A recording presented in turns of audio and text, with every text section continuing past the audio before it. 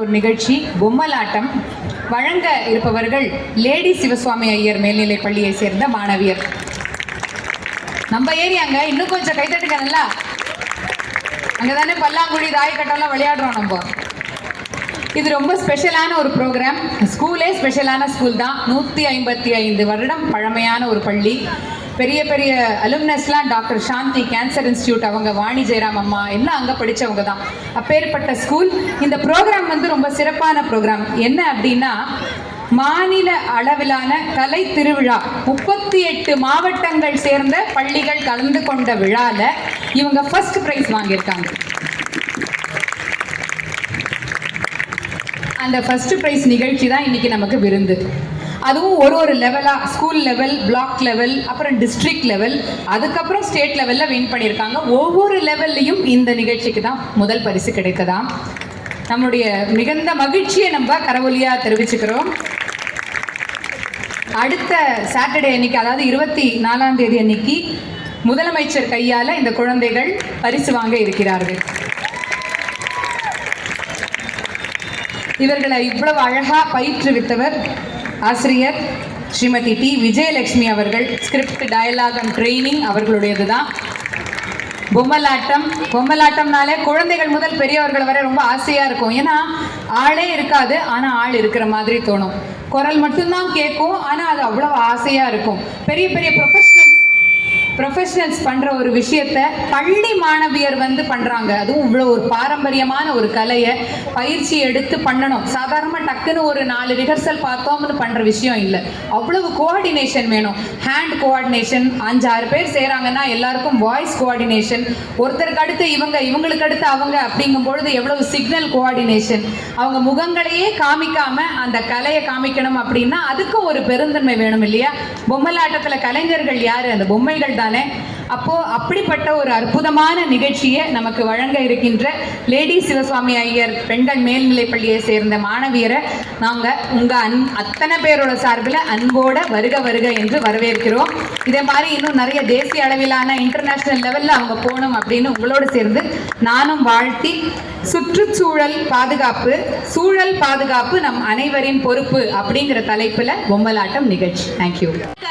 நாங்கள் சென்னை மயிலாப்பூர் லேடி சிவசுவாமி ஐயர் பெண்கள் மேல்நிலை பள்ளியில் பயிலும் மாணவியர் சுற்றுச்சூழல் பாதுகாப்பு மற்றும் வளப்படுத்துதல் சார்ந்த விழிப்புணர்வை பொம்மலாட்டம் வாயிலாக இங்கு நிகழ்த்த வந்துள்ளோம். காட்சி 1. தொலைபேசியில் 6 நண்பர்கள் பேசிக் கொள்கிறார்கள்.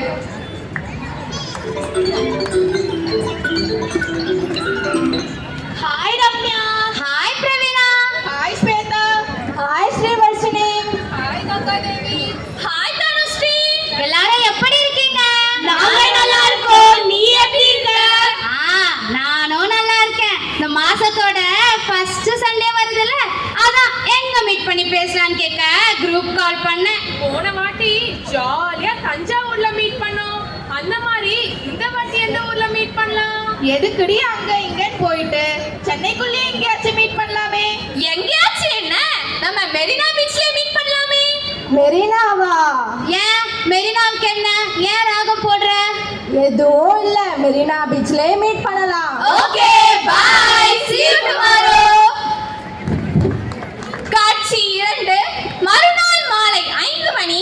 இடம் மெரினா கடற்கரை. நண்பர்கள் சந்திப்பு. எல்லாரும் கரெக்டா வந்துட்டோமே. ஆமா. சரி வாங்க, அங்க இருக்கிற லான்ல உட்கார்ந்து சுற்றுச்சூழல் பாதுகாக்கிறத பத்தி டிஸ்கஸ் பண்ணலாமா? பண்ணலாமே.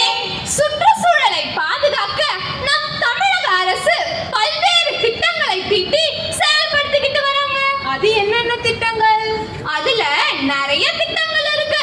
அதுல முக்கியமான ஒரு 5 திட்டங்களை உங்களுக்கு நான் இப்போ சொல்ல போறேன். தமிழக மாசு கட்டுப்பாட்டு வாரியத்தின் திட்டங்கள் பசுமை